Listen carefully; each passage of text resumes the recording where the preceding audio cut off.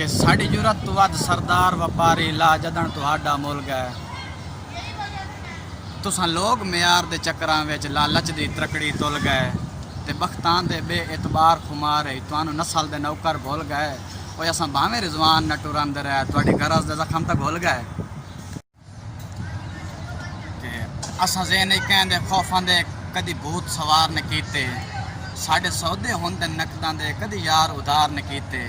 ते भावें जेडा ही कोई राणी खान होवे कंड मगरू वार न कीते, साडा शौक ही हसरत शेरां दी कदी गिदड़ शिकार न कीते।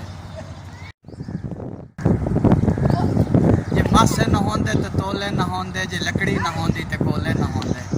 जे मासे न होंदे ते तोले न होंदे, जे लकड़ी न होंदी ते कोले न होंदे। ये पक्की गल है जिगर ते लिख ला, जे सोहणे न होंदे ते रोले न होंदे।